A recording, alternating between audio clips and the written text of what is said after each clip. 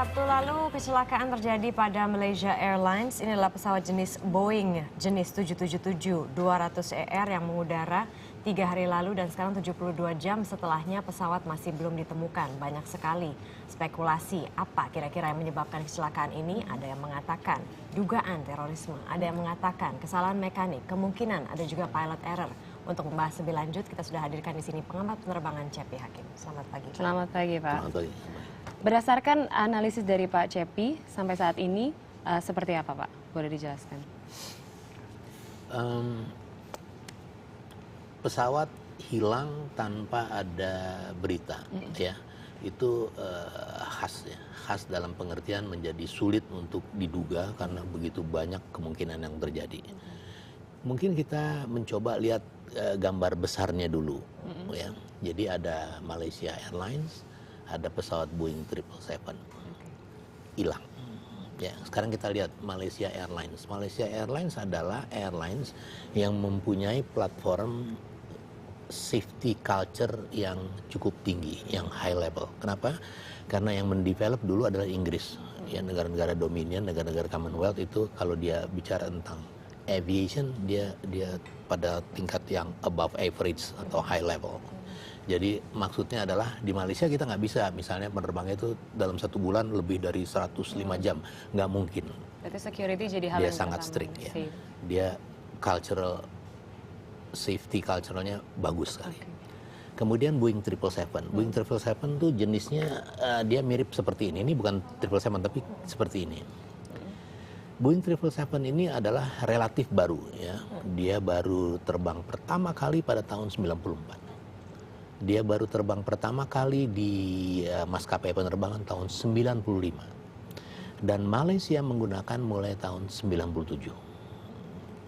Dia mempunyai rekor keamanan juga, atau boleh dikatakan Boeing 777 masuk golongan the safest among the wide body aircraft.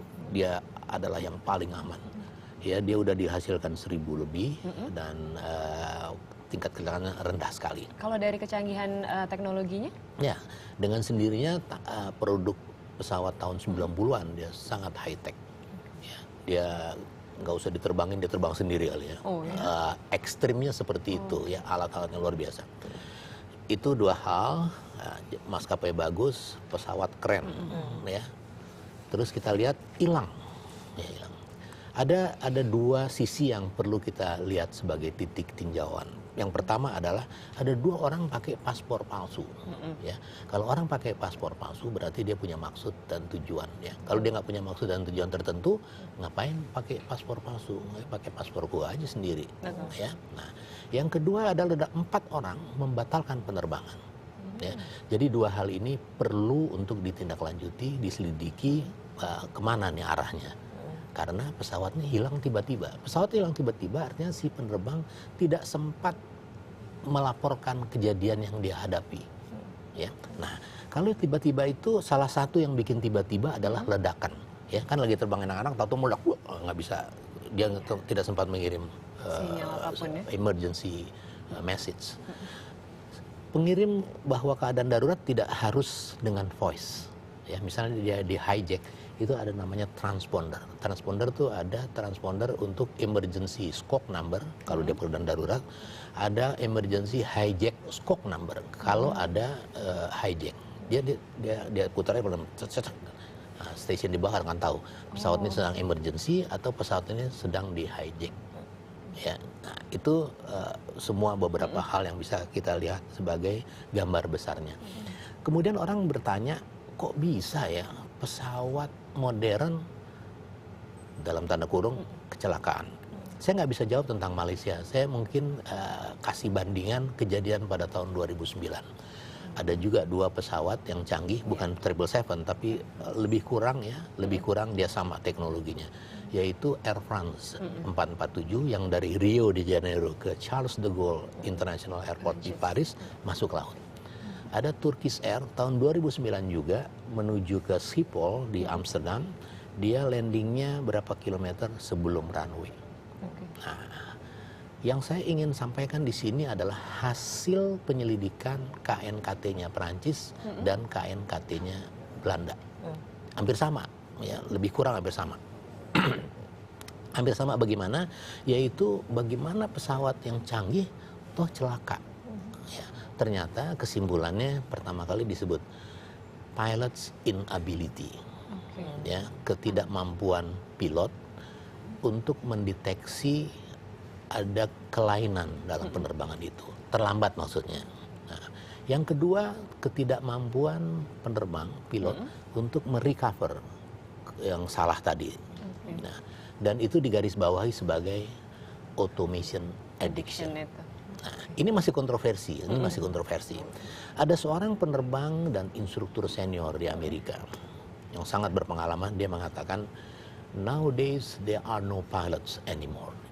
Maksudnya? Ya, karena all the pilots will be retired. Pada waktu itu dia katakan udah pensiun pada tahun 2010-2011. Maksudnya adalah pilot-pilot yang mengalami flying school atau mengalami terbang pertama, pesawatnya belum punya autopilot. Jadi dia mengandalkan benar-benar namanya pilot flying skill, keterampilan penerbang. Sekarang udah nggak ada lagi, dia bilang udah pensiun, udah tua-tua semua udah pensiun. The young generation sekarang bukan pilot, dia bilang. The button pusher, Operator lebih. the push button operator, the push button observer, atau apapun namanya. Ya. Di sisi lain ada yang menarik, ini guyonan aja ya. Tapi bukan guyonan dalam arti lucu-lucuan, ini guyonan yang cukup serius. Sebenarnya pesawat terbang udah bisa dihasilkan terbang tanpa pilot. Oh ya, saat ini. Ya, kan ada kan UAV, ada drone, ada pesawat unmanned tanpa aerial, awak. ada kan? Ini juga udah ada sebetulnya. Tapi siapa yang mau jadi penumpang pesawat yang nggak ada pilotnya? Gitu? Makanya ada pilot lah. Tapi dia cuma begitu aja. Penjelasan lagi yang sangat menarik, si pilot senior mengatakan begini. Saya pernah terbang dengan co-pilot yang sudah menjadi captain. Jadi di junior captain tapi terbang sama dia co-pilot. Berapa jam terbang kamu? Dia bilang 10.000 jam. Oke, kita hitung ya, dia bilang. Kita hitung 10.000 jam. Di dalam penerbangan sekarang pada umumnya penerbangan itu di atas 5 jam. Ya, 8, 10, 12, ada yang 16 jam. Katakanlah 10 jam. Oke, Anda take off dengan throttle, diangkat set, terus langsung tak, masuk automatic pilot. Berapa menit? 5 menit, 7 menit paling lama. Oke. Terbang terus dengan automatic pilot. Cek, cek, cek, cek, cek, cek. Nanti dia terbang lagi pada waktu mau landing. 5 atau 10 menit sebelum landing. Baru di-off-kan lagi gitu. Ya. Berarti kalau misalnya kita Jadi melihat dari 8 sampai 10 jam terbang, dia cuman merecord sebenarnya yang benar-benar dia terbangin 10-15 menit. Itu generasi baru Pak. Yang generation ini. Jadi 10.000 jam terbang is not really your flying hours. It's belong to aircraft Tapi flying menurut hours. Anda kalau misalnya ini kan pilotnya itu 18.000 kalau tidak salah flying hours. Dan dia itu bahkan Pak Cepi dia itu sangat suka sekali simulasi pesawat sampai punya sendiri di komputernya dia. So what's wrong? Karena kalau kita lihat juga analisa terbaru dari Malaysia itu pesawat itu sempat berputar. Analisa Anda? Yang berputar dulu ya. Tidak mungkin berputar tanpa report. Tidak mungkin berputar tanpa report. Tidak mungkin. So, Jangankan muter ya, jangankan muter. Ini ada awan misalnya atau apa, dia harus 30 derajat ke kiri atau 30 derajat. Miringkan. Dia harus report. Oke. Semua pesawat terbang itu dia terbang di namanya airways di jalan raya. Yang Tidak dalam bisa melintas ya. jalan raya itu ada reporting point. Titik-titik tertentu dia harus lapor. Kalau dia keluar dari jalan raya itu dia harus lapor. Jadi kalau dia balik ya, return to base terminologinya RTB, dia harus lapor. Ya, jadi sama sekali tidak mungkin. Masa nggak mungkin? Mungkin dong, mungkin. Kalau dia dibajak misalnya, bisa juga terjadi. Bisa jadi. Jadi 1001 macam kemungkinan banyak ya bisa dianalisis. Itu sebabnya kita memang harus mengumpulkan hal-hal seperti itu untuk menggiring dari data-data yang ada sehingga kita mudah-mudahan bisa sampai pada kesimpulan. Tapi pada umumnya baru bisa terjawab kalau black box bisa Sudah ditemukan. Oke, tapi terkait dengan automation addiction tadi, kita tahu kalau saat maskapai itu, maksud saya pesawatnya hilang, itu kan memang di dalam keadaan yang terbilang aman, tidak saat take off atau tidak saat mendarat. itu kan di saat yang benar-benar sedang berjalan begitu Santai, saja. santai, Iya, ya. santai. Nah, ini saya perlu jelasin lagi. Memang critical moment adalah take off dan landing. Ya, kenapa? Karena di situ ada manipulating power, ada manipulating manuver segala macam. Ya, jadi kalau terjadi miss, dia berhadapan sama sesuatu yang dia harus bertindak segera. Take off dan landing. Ini terjadi pada waktu cruising. Cruising yang memang relax ya. Sekian ribu feet, tak tak tak tak bisa ngobrol. Lagi di atas. Tak tak tak tak bisa tidur, bisa. Kenapa bisa terjadi? KNKT Prancis, Air France 447. Yang terjadi apa?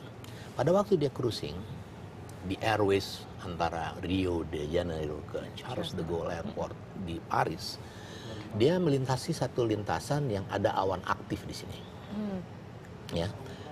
Di airways itu, semua pesawat yang berada di airways itu pada waktu itu semua belok kiri. Ya, kenapa? Karena ada awan aktif di sini. Jadi menghindar. Itu prosedur pasti. Si ini dia nyelonong terus ke sana. Kenapa? Karena pitocup itu ada satu peralatan di pesawat yang gunanya adalah sensor kecepatan yang juga menjadi tulang punggungnya automatic pilot bekerja. Sehingga automatic pilotnya terganggu, dia tidak bekerja dengan benar. Sehingga dia nggak menghindar dari itu. Dia pakai flight management computer namanya. Itu dia bisa menghitung, dia bisa tahu ada awan, dia bisa tahu, dan dia bisa menyetir untuk menghindar dan sebagainya. Pada waktu itu karena terganggu, dia masuk di awan aktif, turbulence, ya, turbulence. Pada satu saat dia mendok tinggi sekali, dia harus recover, ya. Dia tidak berhasil merecovernya, sehingga pesawatnya stall, dan pesawat stall itu dia akan spiral dive begini masuk laut. Itu yang terjadi. Itu kemudian yang menjadi catatan automation addiction. Karena dia pada umumnya terbang dengan automation, maka pada saat dia harus menerbangkan pesawat sendiri, dia tidak mempunyai keterampilan yang cukup. Apa itu yang terjadi pada Adam Air yang waktu itu kita tahu? Kalau Adam Air itu memang pesawat rusak diterbangin, cuman tunggu jatuh aja sebetulnya. Oh ya? Jadi itu sebenarnya tindakan bodoh lain, nggak bisa nggak bisa disamakan. Berarti menurut analisa Anda, kalau misalnya kita melihat bukti-bukti yang ada, kalau misalnya kita tarik dari apa pernyataan Pak Cepi tadi, kemungkinan ada dugaan terorisme. Karena kan cuacanya cerah waktu itu Pak Cepi. Banyak juga, 1001 macam dugaan. Ya, itu Air France. Ada lagi Turkish Air. Turkish Air. Pada waktu dia mau landing di Schiphol, nih runway Schiphol, dia di sini, dia harusnya lintasnya begini, ya, supaya dia landing di sini. Nah, pada waktu itu pesawatnya begini, dia menuju seolah-olah runway itu di sini, karena ada kesalahan radio altimeter pada satu antara lain. Dia ke sini, dia terlambat, pilot inability, dia terlambat melihat ini, sehingga waktu dia recover, dia angkat juga tinggi-tinggi, sehingga jatuh. Sekali lagi, automation addiction versus pilot flying skill. Ini ada masih kontroversi ya, ada perbedaan. Jadi penerbang yang generasi pada waktu dia belajar belum mengenal automation, dia berpendapat seperti itu, seperti saya. Tapi ada teman-teman saya para penerbang yang dia terbang pada waktu dia pertama kali dia terbang, dia sudah familiar dengan automation. Kita berbeda pendapat, ya. Ada teman-teman saya yang juga baru kemarin mungkin pensiun juga, tapi dia dari generasi di bawah saya. Kita berdebat di situ. Dalam pengertian kita mempunyai perbedaan, ya. Pilot-pilot senior yang di NTSB mana-mana tuh sama. Dia mengatakan automation addiction berakibat degradasi dari keterampilan seorang pilot terbang. Normal dong ya, logis sekali. Dia nggak pernah latihan, dia tidak well trained. Berarti penjelasan mereka seperti apa? Nah, penjelasan mereka begini. Kalau kita yang pada waktu pertama kali belajar terbang tidak mengenal automation, dalam perjalanan karier di tengah-tengah kemudian kita mengenal automation itu, kita menganggap itu automation. Jadi saya captain pilot, ini ada co-pilot, ini ada automation. Sehingga saya sering melarang co-pilot untuk pakai automatic pilot. Kenapa? Karena dia nanti tidak mahir untuk terbang itu. Itu yang ada di kepala saya. Itu kan Anda, generasi Anda. Tapi sekarang generasi the di bawah next generation, adik-adik saya bilang, no sir, katanya dia bilang. terbang dengan automation, it's a part of flying, dia bilang. Ya, dia bilang begini, saya captain pilot, the first pilot. My co-pilot, the second pilot. What is automation? Automation is the third pilot. Dia bilang. Jadi dia merupakan satu kompleks pilot. Kenapa dia bilang begitu? Karena dia dari pertama kali dia sudah familiar dengan automation. Dia nggak menganggap automation itu terpisah. Dia menganggap automation itu bagian dari dia. Dia menganggap dirinya adalah automation system, a part of automation system. Bisa diterima. Cucu saya sekarang bisa main iPad misalnya. Dia sudah familiar dengan. Saya dulu bagaimana kalau misalnya pada waktu itu ada iPad, saya mungkin memperlakukan itu sebagai main batu kali, karena kita teknologinya berbeda ya, analogi yang terlalu ekstrim. Tapi itu yang terjadi sekarang. Tapi apapun itu, maka sekarang sebenarnya kita berada di persimpangan jalan. Bagaimana teknologi penerbangan yang begitu cepat ya, akselerasinya. Bayangin ya, pesawat terbang ini baru pertama kali terbang tahun 1903, 1903, 17 Desember 1903. Ya, 44 tahun setelah itu saya lahir, nggak ada hubungannya ya. 66 tahun setelah itu Neil Armstrong sudah sampai di bulan. Wright Brothers terbang cuman nggak lebih dari 12 meter, tingginya nggak lebih dari 3 meter. 1903, tahun 69 orang sampai di bulan. Dan udah ada pesawat yang melebihi kecepatan suara. Ya. Jadi itu gambaran bagaimana dramatisnya akselerasi kemajuan teknologi. Kenapa saya bilang di persimpangan jalan? Seperti tadi itu. Terus bagaimana kita mau menyiapkan operator atau para pilot ini untuk dia going in di teknologi. That's the problem. Analisis inilah sekarang yang sedang berkembang. Apa betul analisis yang seperti itu atau tidak? Berarti kesimpulan Anda terkait dengan kecelakaan Malaysian Airlines ini apa, Pak Cepi? Nah, saya belum bisa, kesimpulan saya adalah saya belum bisa sampai pada kesimpulan. Oke. Nah, pesawat yang hilang tiba-tiba banyak masalahnya, ya. Tadi saya katakan ledakan. Ledakan paling tidak ada dua. Ledakan tidak harus bom ya. Ledakan tidak harus bom. Ledakan itu bisa terjadi dari misalnya di bagasi kargo pesawat ada yang namanya dangerous good.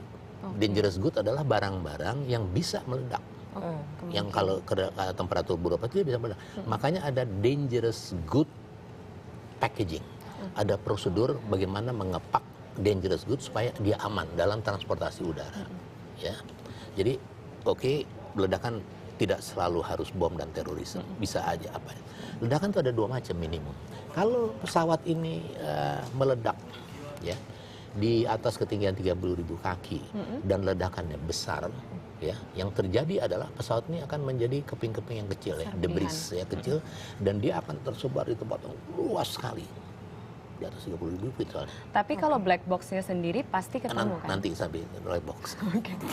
Jangan cepat-cepat dulu. Kalau dia cuman punya ledakan yang kecil, dia merusak kecil saja, misalnya kata buntutnya atau ininya, sehingga dia secara tidak bisa dikontrol lagi, dia akan jatuh. Karena bentuk aerodinamisnya, jatuhnya dia tuh kayak peluru gitu, dia akan streamline, jadi dia kencang nih dengan G-forces lagi. Cebur dia masuk ke laut, dan laut itu dia akan masuk ke dalam sekali. Tapi ada keuntungan karena tempatnya akan relatif lebih sempit, ya. Jadi mungkin lebih mudah untuk bisa diperoleh. Black box kan. Air France 447 itu masuk laut juga dari di atas 30.000 feet. Dalam 1 tahun upaya orang mencari, dia bisa diketemukan. Pada tahun 2010 ditemukan black box. Dan pada tahun 2011 bisa dipublikasikan result dari penyelidikan black box itu. Apa sih black box itu? Orang selalu bilang kan, black box itu adalah voice data recorder, flight data recorder. Pengertian yang gampang begini. Black box itu adalah seperti DVD gitu loh, seperti DVD. Jadi kalau ada kecelakaan, DVD diambil, dimasukin di player. Playernya adalah cockpit simulator. Begitu masuk kita play ya, maka cockpit ini akan bergerak persis 30 minutes before accident. 30 Dia akan minutes before bling, accident. bling, bling, Oke, bling. Nah, itu berarti dia. dari black box itu nanti kita akan mengetahui apa terlihat. yang sudah terjadi. Mohon maaf Pak Iya. Cepi karena sudah waktunya sudah habis. Padahal seru sekali mendengarkan. Tapi terakhir- Tiga hari maksudnya. Terakhir mungkin ditemukan nggak dalam waktu dekat Pak Cepi? Saya yakin ditemukan, Oke. tapi kita nggak tahu kapan. Oke, baik. Baiklah. Terima Oke. kasih banyak Pak Terima kasih, Cepi. terima kasih.